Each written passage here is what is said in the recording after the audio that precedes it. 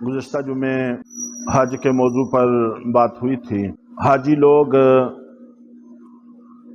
حج کا ایک بڑا فریضہ ادا کرتے ہیں۔ عبادات جو اللہ تعالیٰ نے ہمارے ذمہ لگائی ہیں 3 قسم کی ہیں۔ ایک قسم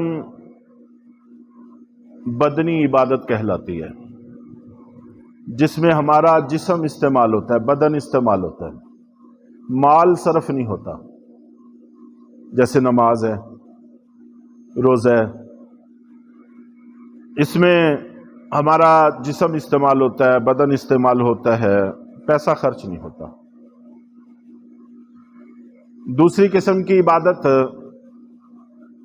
جس کو مالی عبادت کہتے ہیں، اس میں ہمارا بدن استعمال نہیں ہوتا بلکہ مال صرف ہوتا ہے، مال خرچ ہوتا ہے، زکوٰۃ ہے، عشر ہے، صدقات ہیں۔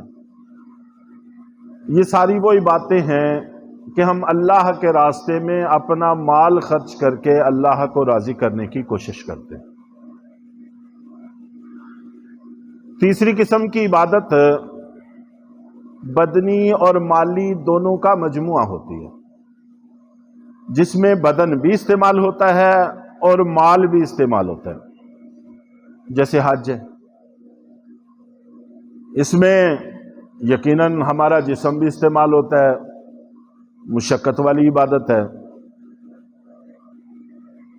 چونکہ مشقت والی عبادت ہے، اس لیے حجاج کرام کو حکم یہ ہے کہ جب واپس آئیں تو حج کی مشکلات کا تذکرہ نہ کریں، آسانیوں کا تذکرہ کریں، تاکہ ان کے بعد جانے والوں کا شوق کم نہ ہو، ان کا جذبہ کم نہ ہو، دلوں میں کوئی ڈر پیدا نہ ہو۔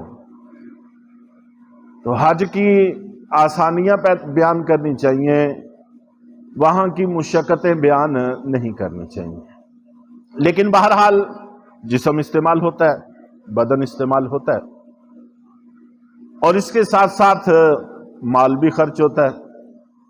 خاص طور پر آج کل تو اچھا خاصا مال خرچ ہوتا ہے۔ تو یہ عبادت ایسی ہے جو بدنی اور مالی عبادت دونوں کا مجموعہ ہے۔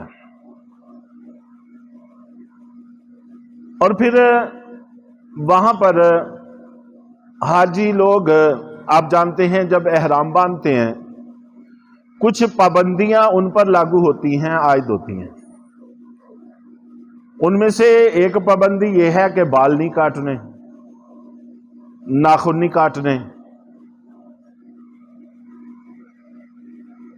اس کے علاوہ اور بہت ساری پابندیاں ہیں، شکار نہیں کر سکتے، لڑائی جھگڑا نہیں کر سکتے، کافی ساری پابندیاں عائد ہوتی ہیں۔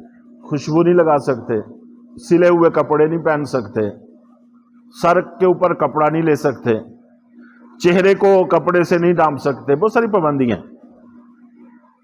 ان میں سے 1-2 پابندی بطور مستحب کے ہمارے لیے بھی رکھ دی، تاکہ ان جانے والوں کے ساتھ کچھ نہ کچھ مشابہت پیدا ہو جائے اور وہاں کی کچھ نہ کچھ یاد قائم ہو سکے، اور جانے والے لوگوں کے ساتھ ایک قسم کا لگاؤ ہمارا پیدا ہو سکے، تاکہ ہمارے دل دماغ اس طرف متوجہ رہیں کہ یہ بڑا فریضہ ہے، جو جانے والے خوش نصیب ہیں، اللہ ہمیں بھی توفیق بخشے۔